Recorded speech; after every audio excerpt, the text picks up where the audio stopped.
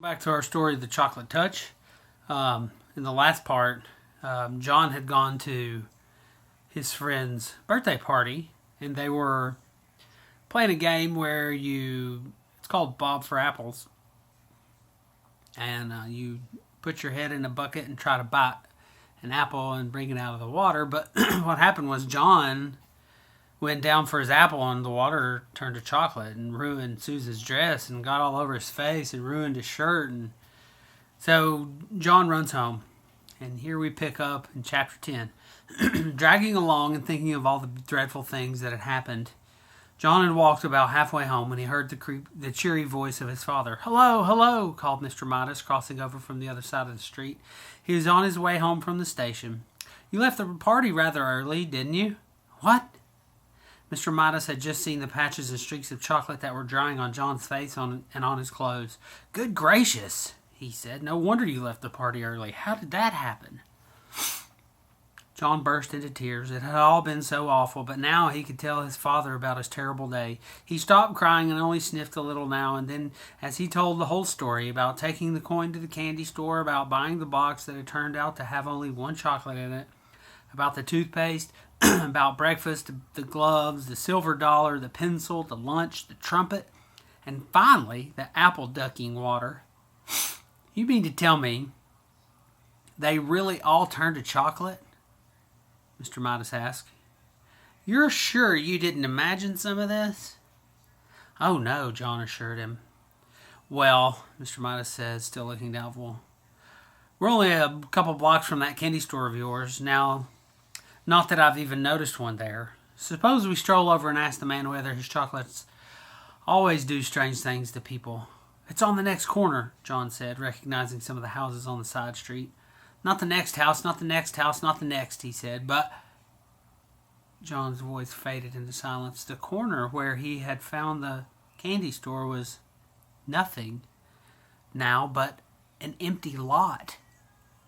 Flat, open ground littered with a pile of rusty tin cans and broken bottles around a splintery old sign saying, "For sale." Said Mr. Midas, frowning anxiously at John. "I think we'd better pay a visit to Dr. Cranium before we go home." "That's where the store was, though," John protested, and he began to cry. He had shed more tears in that one day, it seemed, and certainly eaten more chocolate than in all other days of his life put together. "I know it was there." Dr. Cranium was a busy man, as luck would have it. However, he was able to see Mr. Midas and John almost at once. "Well, well, well, well, well," said Dr. Cranium. "And how are we getting along now, John? Have we cut down on the candy, eh?" "How do you do?" John responded dully. "Apparently, he's had a bad day, Dr. Cranium," Mr. Midas said. "Trouble at school, you know, and a little accident at a birthday party. What I'm worried about is that he keeps saying that everything he puts into his mouth turns to chocolate." "No more than a nursery fantasy, I'm sure," Dr. Cranium said to Mr. Midas. "Well, John," he went on, looking down with a smile, "suppose you tell me, in your own words, what the matter seems to be." "Everything I put in my mouth turns to chocolate," John explained. "Everything I eat and everything I drink changes into chocolate. I'm thirsty and I'm getting a pain, a bad one, I think." Dr. Cranium sighed patiently and invited John to open his mouth and say, "Ah." "Ah," John said. Dr. Cranium peered into John's mouth briefly and gave a low whistle of surprise. "This chocolate eating simply must stop," he went to a supply cabinet. "I don't think there's any time to be lost. I'm going to give the boys some of my own special compound. Dr. Cranium's elixir, I call it. It never fails." Dr. Cranium selected a large bottle from one of the cabinet's crowded shelves. He removed the top from the bottle, got a spoon from another shelf. He filled the spoon with an oily, greenish-yellowish medicine that had yellowish-reddish lights glinting in it. "It doesn't taste very pleasant," Dr. Cranium warned John in a pleasant tone of voice, "but I'm sure it'll do the trick, clear the stomach, and you can clear the mind." "That's what I always say." Dr. Cranium offered John the brimful spoon. "Must I?" John asked his father. "I know it'll turn to chocolate." "Go on," Mr. Midas said encouragingly. "Drink it down." Hang on. "There's John," Dr. Cranium's office with his dad, ready for the elixir. Ugh, sounds gross. John took the spoon between his lips. The medicine turned to chocolate. The spoon turned to chocolate. John choked and sputtered, and chocolate syrup came spurting out from his mouth. Dr. Cranium dropped the spoon in alarm. When it struck the tile floor, the chocolate handle snapped into several pieces. "Mercy," said Dr. Cranium. "I've never seen anything like it.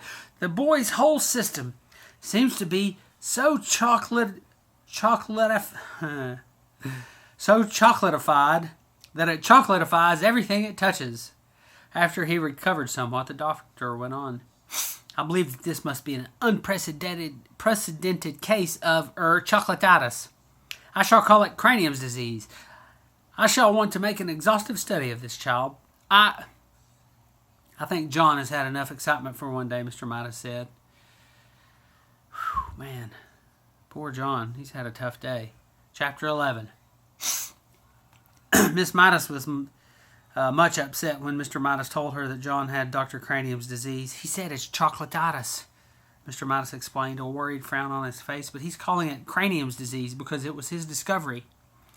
"Dr. Cranium didn't do it," John said. "It's magic. It all started after I ate that chocolate. I'm scared," he added. Miss Midas sat down and dabbed her eyes with a lace handkerchief. She was crying. Mr. Midas blew his nose and said he had to attend to something and abruptly left the room. John had been so busy feeling sorry for himself that he had not realized how his mother and father would feel about his chocolate disease. "Never mind, Mother," he said, putting his arm around her shoulders. "It's all right." Really, nothing was all right, but he couldn't bear to see his mother's tears. He kissed her wet cheek. His eyes were shut as his lips softly touched her, so he didn't see the change right away. Then his lips began to feel sticky. He opened his eyes. His mother had turned into a lifeless statue of chocolate. John ran wildly out of the house without thinking where he was going or what he was going to do. All he knew was that somehow he must get help. For the first time in a long time, he forgot about himself altogether. Now he didn't care about anything but bringing his mother back to life. Without quite knowing how he got there, John found himself at the corner where he had bought the chocolate box. The lot was no longer an untidy rubbish dump. The neat red big building with the 2 show windows was exactly where it had been in the first place. But the display candy had previously seen in the windows was no longer there. In one window, John saw a chocolate trumpet, a chocolate pencil, and a silver dollar with a piece bitten out of it. In the other window, he saw a cafeteria tray littered with chocolate utensils. This place was the right one. Clearly, the proprietor must know a lot about John's hateful chocolate touch. John rushed into the store.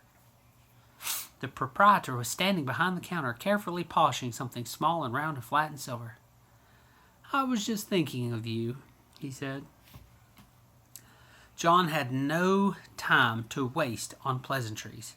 "Remember the old coin I found and gave you, and you gave me a magic chocolate?" he demanded. Without waiting for a reply, he babbled on. "I ate it, and it made everything that touches my mouth turn to chocolate. And I kissed my mother, and now she's chocolate, and I've got to change her back. It's all your fault." "Easy now," murmured the storekeeper. "Calm yourself. There was an expression of satisfaction in the old man's eyes. "It's all your fault," John declared. "If my mother isn't made better again, I'll fight you till you're dead." "My goodness," the storekeeper explained. "Whose fault did you say?" "Yours," John said. "It's your fault. If you hadn't taken that money, I wouldn't have—" "Now, John," the storekeeper interrupted. "I must insist on honesty. I'm glad to hear that you're thinking about your mother for a change. Unselfishness is important, but honesty is also. If you'll be truthful, perhaps I can help you." John's ears reddened. It was becoming unmistakably evident to him that he had only himself to blame for all this unhappiness. He looked straight into the storekeeper's eyes. "I'll do anything. I'll work for you all my life for nothing. If you'll turn my mother back, you can turn me to chocolate instead if you want." And here's John talking to the storekeeper. The storekeeper apparently ignored John's offers. "You were right, John," he said, "when you guessed that I had something to do with your acquiring the chocolate touch, but you yourself earned the coin that bought you the chocolate touch. Only greedy people can even see that kind of money. Dr. Cranium was right up to a point. I suppose that one could say that you had chocolatitis, but it was just an outward sign of selfishness." "My mother," John reminded the storekeeper frantically. "My mother's turned to chocolate. Do something about it. Oh, please, do something about it." "I'm glad that you're concerned," the storekeeper commented unhurriedly. "Part of your cure is to be concerned about other people. You've been so greedy that you didn't care what happened to other people." I know, John admitted woefully, "but please decide about me later, and please make my mother better now." "Well, John," the storekeeper said, "if you had to choose between getting rid of your chocolate touch and restoring your mother to life, which would it be?" For one moment, John couldn't help imagining a future of all chocolate mills. The thought was terrible. Then he thought of his mother, as she had been when he had left her, a motionless chocolate statue, unable to speak, her chocolate hand still holding her lace handkerchief. Without further hesitation, John said, "Help my mother."